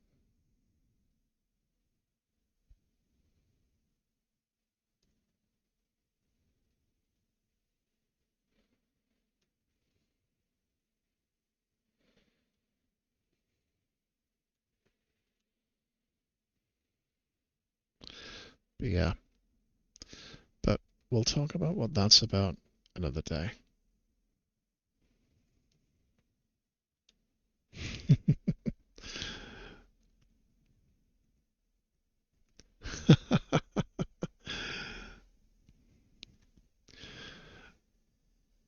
Oh, hey, Hera.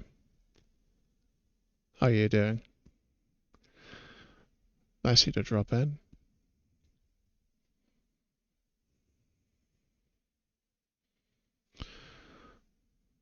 Hang on. There's a thing here with the...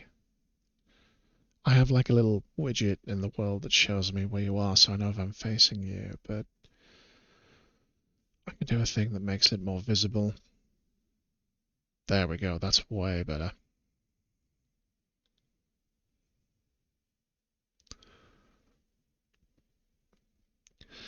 Hey, Hera. How did you find this stream? Did you come here via Blue Sky or just straight from Twitch?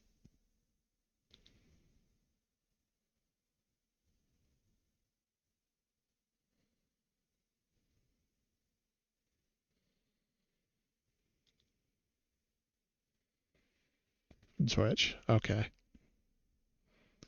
Oh, that's interesting. Just I always ask because you never know, you never know where people come from. Um, Always kind of curious.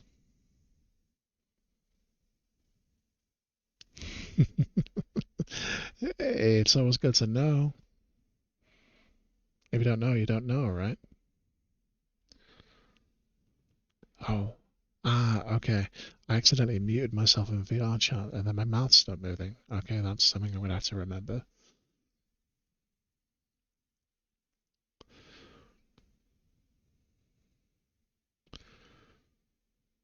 I don't have a mute key actually here. I have to just do it with my headset. Okay, so um, let's just talk about upcoming streams. Just talk about a few bits and pieces. So on Thursday, I'll be back with furry modded Stardew Valley again. People seem to like that last time, so I think we'll come back with that. Carry on with that save.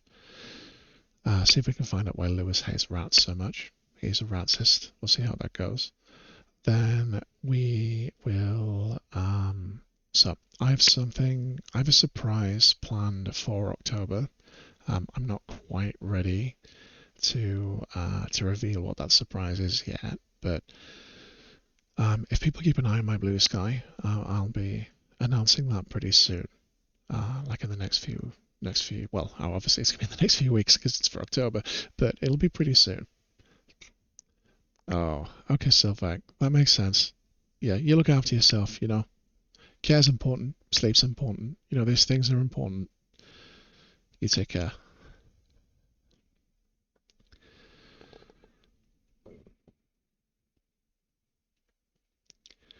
Meanwhile, just before I go, um, so I don't know how much the people who are still here are big on that ASMR stuff, but if anybody wants any affirmations, I'd be happy to do those now. Just ask in the chat. Or failing that, we'll start to wrap things up.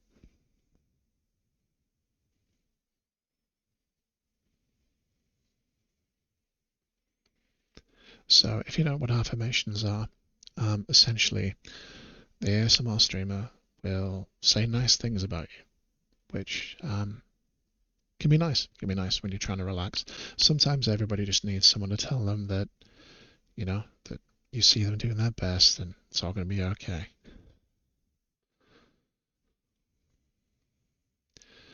Yeah, Silvek, if you're just leaving, have a good sleep. I'll see you next time.